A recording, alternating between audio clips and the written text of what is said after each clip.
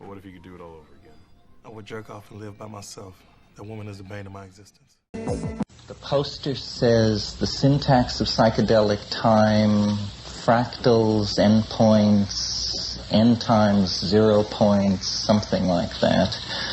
What all this indicates is a set of ideas that I want to share with you that are a slightly different tack than my normal lectures. My normal lectures deal with the psychedelic experience as a generalized and historical phenomenon. But this effort at communication is slightly more personal in that it's an effort to impart one idea that came out of an involvement with psychedelic substances. My idea, it is idiosyncratic. It is a psychedelic idea, certainly, but it's only one of an infinite possible set of such ideas. And the reason I spend time on it to communicate it to a group of people like this is because I think it can serve as an example of psychedelic ideas generally, how they're formed, how they operate, and what's so great about them.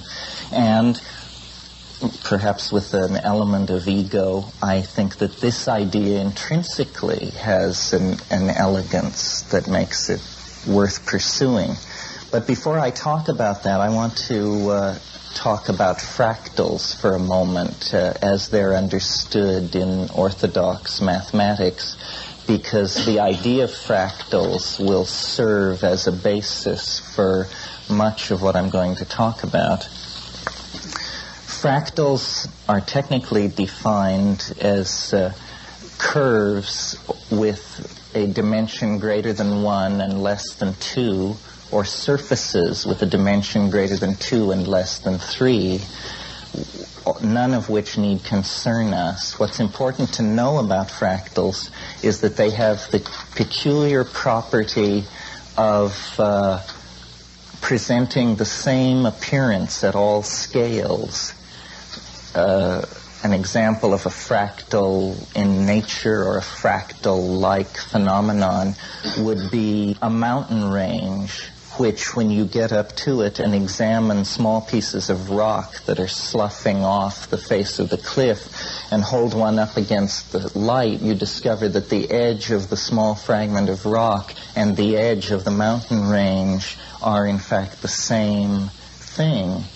And at first this doesn't appear startling because you say, well, the mountain is made of this stuff, this small boulder is made of this stuff, and it simply fractures the same way.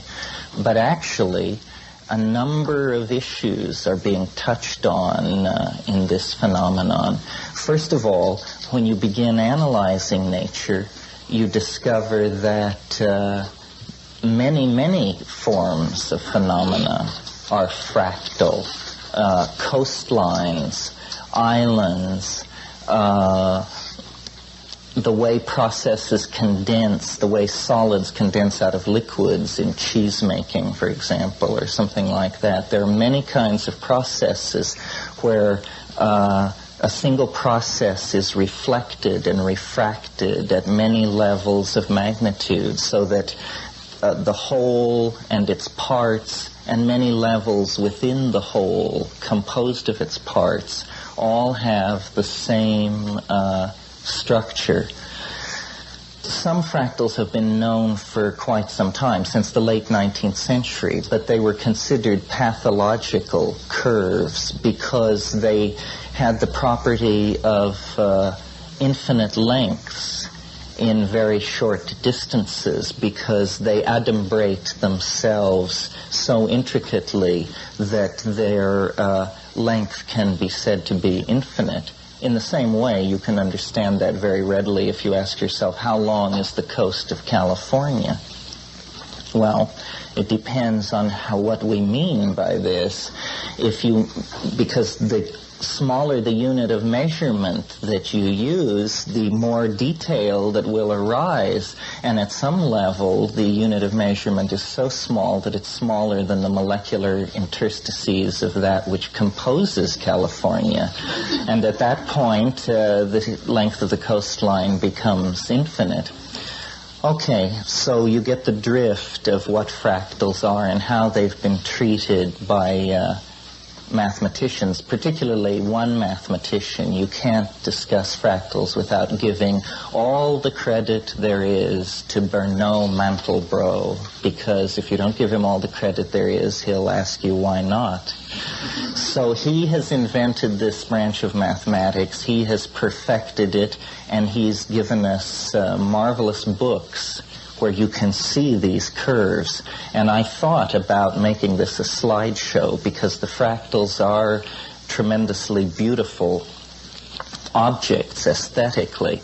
But I decided against that because I want to hold to ideas.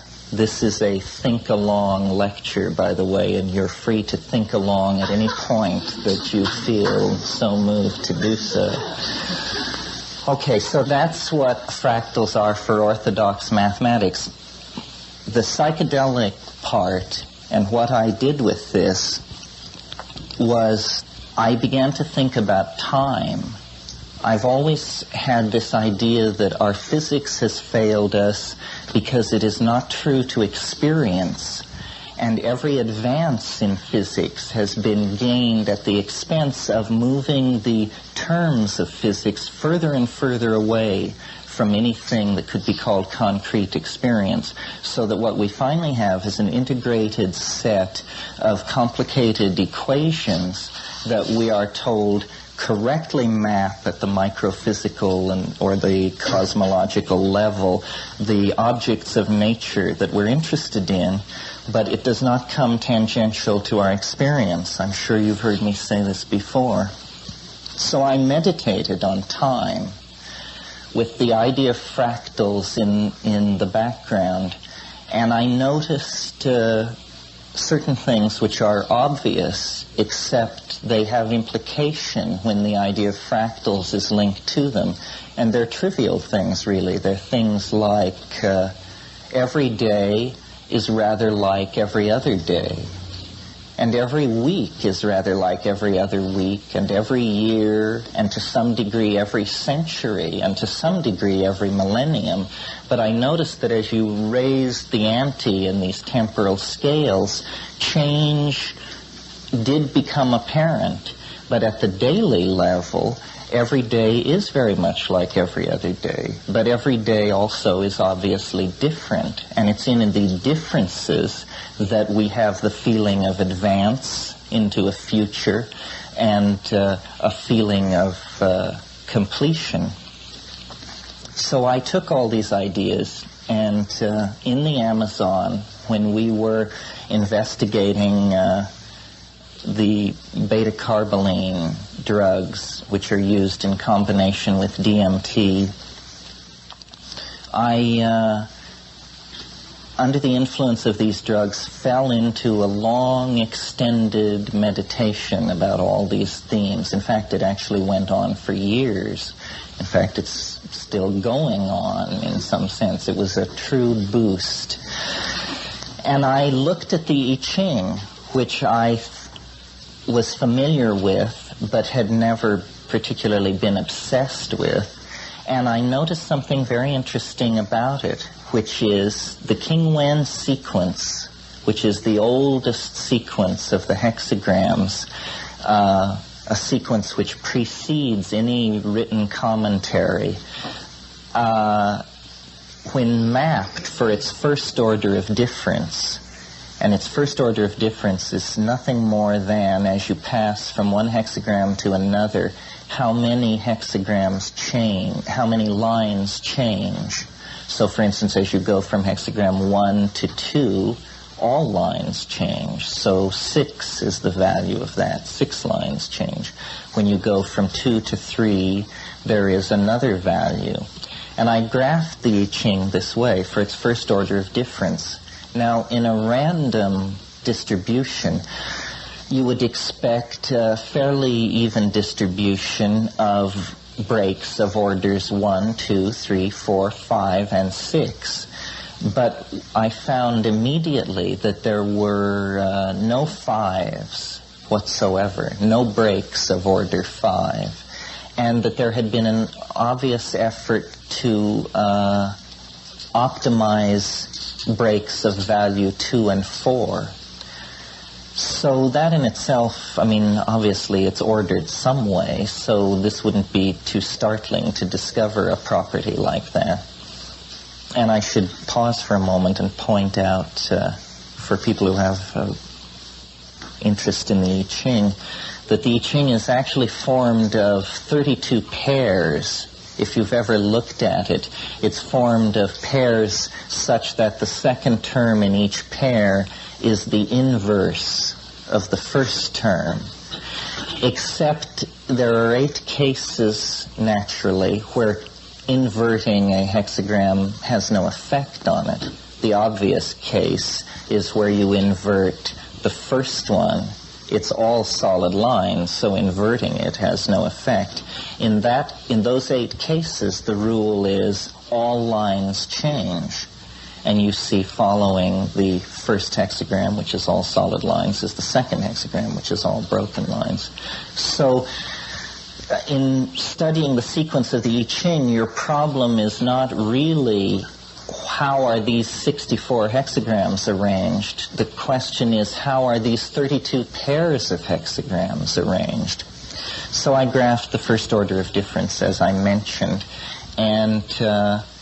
and then I noticed a peculiar visual symmetry in my graph, which was, it looked basically like a random squiggle, except that the beginning and the end of the wave were stereoisometric reflections of each other.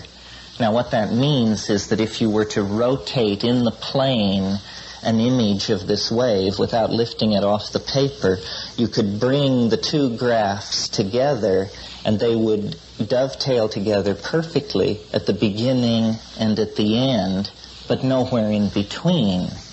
And this seemed to me a very powerful argument for order, that I had in fact discovered a previous kind of order that was implicit in this thing. Now, to some audiences, I have to make a complicated apologia about logos and voices in the head and all that. I'll just skip that and say, and so I continued working with this thing under the instruction of the voices in my head. And the first thing that I noticed when the wave was fitted together in this particular way was that the hexagrams paired up so that they always summed to 64. In other words, 63 would pair with 1, 62 with 2, 61 with 3, 60 with 4, and so on. So it was as though a kind of magic square was being generated where the I Ching was additive to itself in all directions on a grid. And so I took this forward and backward running 64-term glyph or graph, and I said, aha, it is the complete I Ching running forward and backward against itself. Since it is the complete I Ching, all 64 hexagrams, all 384 lines, I will follow the principle of constructing modular hierarchies. I will collapse it to the simplest term in a system of levels, and I will treat this rather complicated looking thing as though it were a line, one of only 384. And then then from there, over a period of years and many pencil sharpenings, we went to computers and produced very complicated versions of this graph. And then found a way to mathematically quantify it so that it could be, instead of a network of lines running forward and backward against each other, it became a single line running in one direction into the future. Okay, so now what's so great about this? In its own terms, it is a self-consistent idea about time that tries to be true to experience. It's saying that time is made of elements. It is not simply an event space, something required for things to have duration. You see, before Einstein, space was thought of as the place where you put things, the necessary adumbration of a thing having being was that it be in space. Einstein came along and said, no, time can be thought of as a surface, as a continuum, as something which in and of itself can affect the outcome of the propagation of a beam of light or an electromagnetic field or something like that. What this idea suggests is something similar about time, that time is made of elements, and that what we intuit about time is more true to the facts of the matter than what physicists are telling us about time. What we intuit about time and what astrology and all forms of prophecy and intuition and clairvoyance and all these things are the idea that we can know about time by deploying our feelings into it. And what this theory does is take what has generally been a very feeling-toned, intuitional kind of idea and mathematicize it and give it rigor and say that with a very simple computer we can predict novelty. We can understand, first of all, that what is happening in the world of becoming, the world that we all experience as beings, is that novelty is entering into being, and it is changing the modalities of the real world toward greater and greater levels of integration. And no matter on what time scale you view the universe, you see this happening. In other words, the universe in its early moments is all chaos. Temperatures are too high to allow even interatomic bonding. So there's only a plasma of strict particles, charged particles. And then as the universe cools, atomic bonds become possible, and atomic systems come into being, which indicate a more refined level of organization. And then later, much later, molecular systems, and on another level, stellar dust and star systems and organization of large aggregates of matter. Then life. And it represents another one of these quantum leaps in complexity, which is old stuff. But something else besides a leap in complexity is happening with each of these ingressions into novelty. What is happening is a speeding up of the speed at which these ingressions are happening, so that the first half of the history of the universe, you can say virtually nothing happened. Everything happened in the last half of the universe, of the life of the universe. And about a billion or 2 or 3 billion years ago, about 20% of what we assume to be the total life of the universe ago, life appeared. And then the early mammalian line appeared 60 or 70 million years ago at the close of the dinosaurs. Then we get culture 25, 30, 50,000 years ago, and very shortly after that, mathematics, and very shortly after that, electronic circuitry. And there is this compression of events which from the point of view of the historian is the major thing that he sees when he looks at the history of the universe. But science has never mentioned this peculiar compression of events and densifying of complexity. Science takes the position that if that's happening, it's unimportant, and it probably isn't happening at all. And science goes to great lengths, though it admits evolution, to make sure that it arises out of non-teleological processes, and to make sure that it's always confined within the realm of biology, so that an orthodox evolutionist is very uncomfortable if you start speaking of stellar evolution or cultural evolution. I've heard these guys say, if there are no genes involved, you do not use the word evolution. See, they don't want to see it as a formative process touching the organic, the inorganic, the social, the psychological. I took very seriously this deepening ingression into novelty, and I said it is a physical quality of the continuum that we're existing in. It is not a loose and unconstrained tendency, but it is a predictable tendency, like charge, speed, momentum, that kind of thing. And I noticed something very interesting about the number 384, which, if you'll recall, is the number of lines in the complete set of the I Ching. The number 384 is 13 lunar cycles. There are 29.29, I believe, days in a lunar cycle, 13 of which gives you 383.89 days or something like that. So in other words, it's to within a fraction of a day, 384 days. So it suggested to me a calendar. And then I noticed that in hexagram 49, which is revolution, it specifically says the magician is a calendar maker.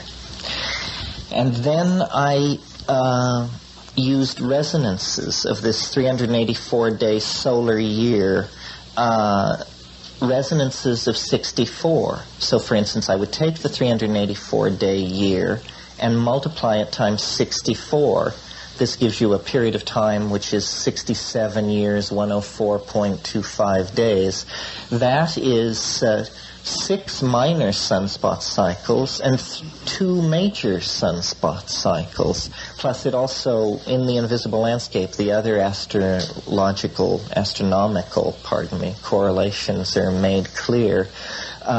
When you rise to the next level, when you take the 67-year cycle times 64, you get 4,306 years. This is very close to, let's see, half of a zodiacal age. In other words, the precession of the Earth on its nutational axis requires about 25,000 years. And that is what is spoken of when they talk of the Piscean age, the Aquarian age. They're talking about how through the slow procession of the equinox, it is moving from sign to sign. And it takes about 2,000 years for a sign to be transited. So 2 signs can be transited in exactly the cycle of time indicated.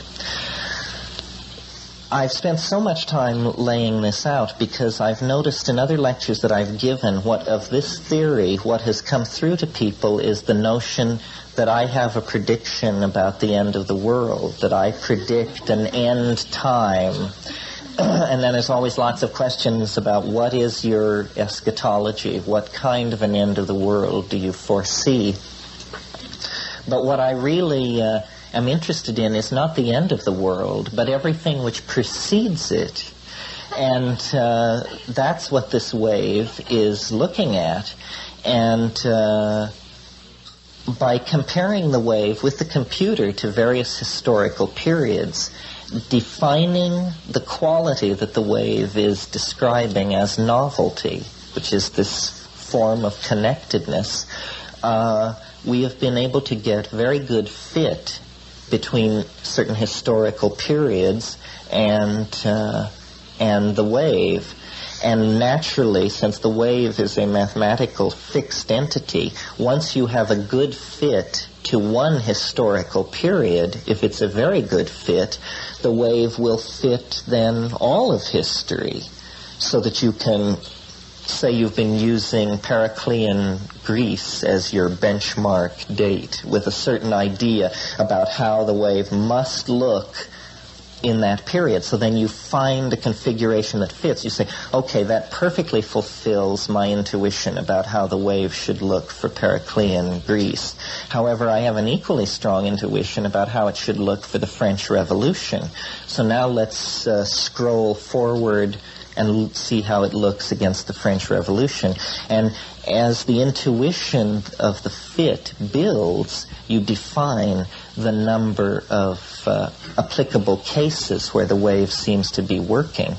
And we have done this and settled on a date, which I discussed a little bit last time, which is November 12, 2012. And someone brought up that the Mayan calendar also predicts the end of the world, whatever that means. It simply means that your calendar spins off its axis and you have to reset your clock. Maybe. It may mean something else. Whitehead, who I'm a great follower of, had the idea of what he called epochs. And he pointed out that a constant, for instance, the speed of light, we'll say, which is a favorite constant, the speed of light has only been measured for about 80 years. And yet all of our physics hinges absolutely on the supposition that this is unchanging over the life of the universe, 20 billion years. And so what sample of 20 billion years have we looked at? We have sampled 80 years in one spot in the universe. And yet from that, our physics is extrapolated. Whitehead had the idea of what he called epochs, which were like bubbles in the universe of possible time. And within these bubbles, certain laws were operating. And they would operate consistently throughout the bubble. But when you passed beyond the bubble, you found a different set of physical laws operating. And very recently, this idea, I noticed, has been brought back with this inflationary nothing cosmology that's catching on, where the universe may have a false vacuum bottom and may be suspended in a much deeper, stronger, denser vacuum. But what this theory is suggesting is that there are not only epochs of very long duration, such as the epochs which were in force when temperature and pressure in the universe were such that molecular organization couldn't sustain itself, we'll say. There may be very short epochs where laws manifest that are normally hidden. For instance, the puzzle of human history is something like this. 1 million, 2 million years ago, there were only monkeys on this planet and a very advanced bipedal chimpanzee, perhaps. Now suddenly there are atom smashers and video games, Barry Manilow, all these things. And this has happened with startling rapidity. And it well may be it is because mind is manifesting, the constraints on mind as a force in nature have been lifted over the last 10 to 15,000 years, and nature and mind is claiming these new levels of freedom. And what I see happening, and this is why these lectures always seem to gravitate toward the future, is we are living in a very pivotal time. The time that we inherit from science is a time to humble you, to dwarf you. It tells you that the sun will not fluctuate for another 1 billion years, that species come and go, and that, in other words, that on the temporal scale that you don't matter, and that now doesn't matter. But when you look at the release of energy, the asymptotic speeding up of processes. We tend to be xenophobically oriented toward the human, so what we say is that human history is taking place. But if you were an extraterrestrial lying off in your flying saucer and looking down at Earth, you would not see species. This is a Linnaean European concept that aids in the cataloging of natural products. What you would see if you saw biology is you would see a gene swarm on the planet Earth using species as the reduction valve as it flows through time, but only generally. There are many other ways that genes are transferred through episomes and vegetative propagation and this kind of thing, which doesn't need to worry us. But process and information, which is what has been happening from the very beginning. The atomic system codes and releases more information than the plasma. The molecules have a similar relationship to the atomic systems, and so on, right up to the cultural systems. And now we have reached the point where the culture is cohering, and we are becoming too big for the planet. All the natural resources are running out. All the political institutions which normally control the monkey tribe are breaking down so that every man can know everything, which makes previous forms of social organization virtually impossible. All of these things are happening, and it is because there actually is closure into these shorter epochs. We can now, after almost 1,000 years, if not more, of moving man off the stage and saying, no, man is not the image of God. Man is not the beloved of the Creator. We are on a small planet around a small star off on the edge of the universe, and our fate, if we have one, rests in our own hands, if in anyone's.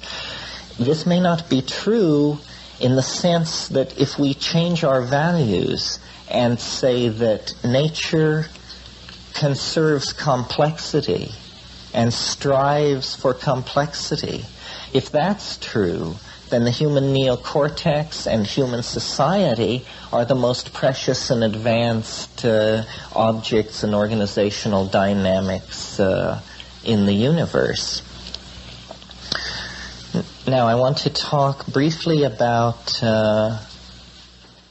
something which happened in the past, possibly, hypothetically, and how it relates to this running into the short epochs where all time and culture and information seem to flow together in a kind of psychedelic eternity, an information stasis, a kind of standing wave hologram that is the now. I mean, I believe the poster says, Plato says, time is the moving image of eternity, because we talked about that last time. Julian Jaynes, who was a psychologist at Princeton, talked about what he called the origin of consciousness in the bicameral mind. And he said that in pre-Homeric times,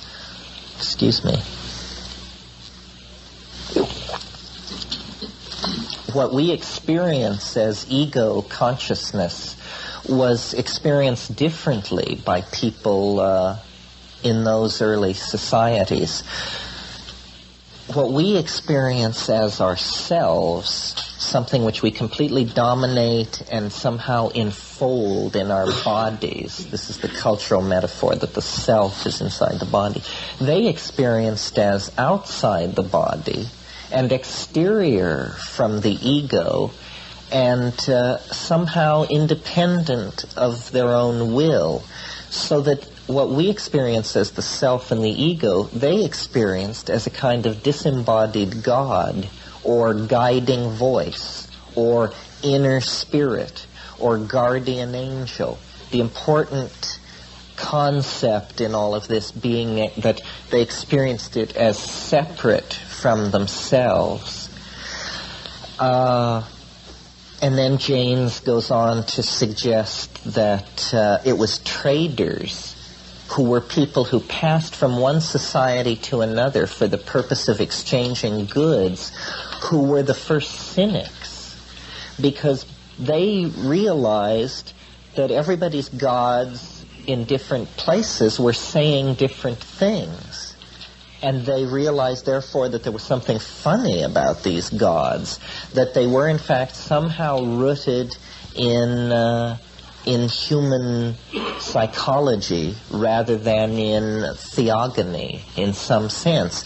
And they became the world's first egotists, or the world's first individuated people, because they correctly identified a psychic function as arising from themselves, and they integrated it.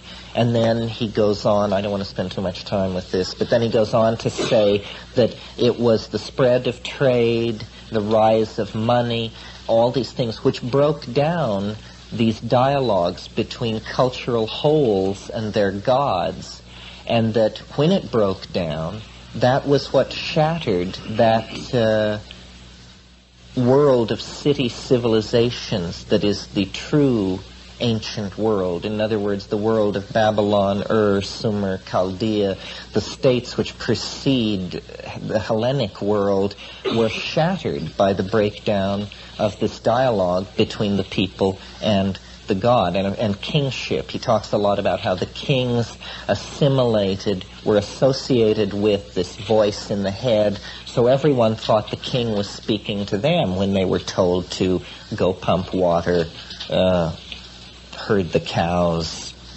shear the sheep, whatever they were told to do. Okay, I mention this because I think that something similar is happening in the present, and that unwittingly James may have provided a metaphor for understanding this. We talked a bit last time about the flying saucer and how it was a projection of a future state of mankind, a mobile psychic entity linked to the idea of the exteriorization of the soul and the interiorization of the body in electronic circuitry. I think that what we all experience as our culture, fashion, rock and roll, politics, music, media, all of these things which we experience as the clothing that we must put on in order to be able to talk to each other. This is a kind of God, or a kind of autonomous psychic function that has slipped out of our control, or which has arisen outside of our control, as a legacy of this earlier process of integration in the Hellenistic period, so that phenomena like the nuclear freeze movement, or the rise of the term networking, or all of these integrative, holistic, feeling-toned, you could almost say liberal, or you could almost say that liberalism in its classic 19th century guise is the first faint sounding of this theme. This rising global humanism is in fact the rising into consciousness of a tribal god, similar to the kind of tribal god that functioned in these pre-Hellenic societies. And however, in the present cultural context, cultural evolution is happening so fast that it is not going to take a millennium to pass through, the first faint enunciation of the theme, the full-fledged exploration of the theme of cultural wholeness as exteriorized God or godlike mind, to the integration of it. And the psychedelics, I believe, are the key to moving from wearing culture like clothes to recognizing that culture is this intensifying reflection of an aspect of the self and integrating it into the self. And that's what all the hullabaloo is about, I think. And I think that this is happening. And if the date 2012 means anything, it means simply that we could take that as, we could make a statistical model of what's happening and say that on November 15th, 2012, a sufficient number of people will have integrated this state of global electronic selfhood that it will be irreversible. That up until a certain point, when any stochastic process begins to happen, or when any cascade begins to get going, up until it has a certain momentum, there is a possibility of many different bifurcations leading to different end states. But once a certain amount of energy is in the system, then you can say, it's going to go all the way. And I prefer to probabilitalize all of these predictions of the end of the world, and to think of them simply the way you think of a particle in the quantum mechanical model. When we assign a position to the particle, we understand that the particle isn't at that position, that that point is merely the center of a cloud of probable positions, any one of which could be occupied. Nevertheless, outside of a certain short distance from that point, the probability of finding the particle drops off asymptotically. So it's a cloud of probability, and this date up after the first of the century is the center of a cloud of probability. Now, what kind of ethics decline from that kind of a position? It seems to me obvious that the first thing that's apparent from that is that you don't sit around waiting for the apocalypse. You understand that as soon as you push yourself over the brink, you've done the major piece of work that has to be done in your cosmos. From then on, you just sit around watching it happen. So it's an invitation. We're all very fortunate. It reminds me, and I probably mentioned this last time, I think about it fairly often, of the Irish prayer, "May you be alive at the end of the world." Probably we all have a very good shot at it, but I have no idea what the probabilities are for any one of us. I've spoken of this tonight more in its operational terms rather than in the gee whiz kind of terms, which I did last time, where I painted a picture of what it will be like to invoke this global electronic aspect of the self and to integrate it. But these ideas about collapsing time vectors, about history having an end, about, in fact, history being the shock wave of an event at the end of time, these are the ideas that religions handle fairly well. I mean, this is not religion so much, but theology. Religion tends to concern itself with public morality, but underpinning religion is theology. And it seems to always, at least in the West, meaning in Judaism and Christianity and Islam, and in all of the spectrum of cults that each one spawned, and continues to spawn, there is this wish to put an end to time, to close it off, to redeem us from the cycle of becoming. And I think that the reason these ideas are so persistent in the human psyche is because all of history can be seen in biological time as so brief that it is simply a prelude and an anticipation.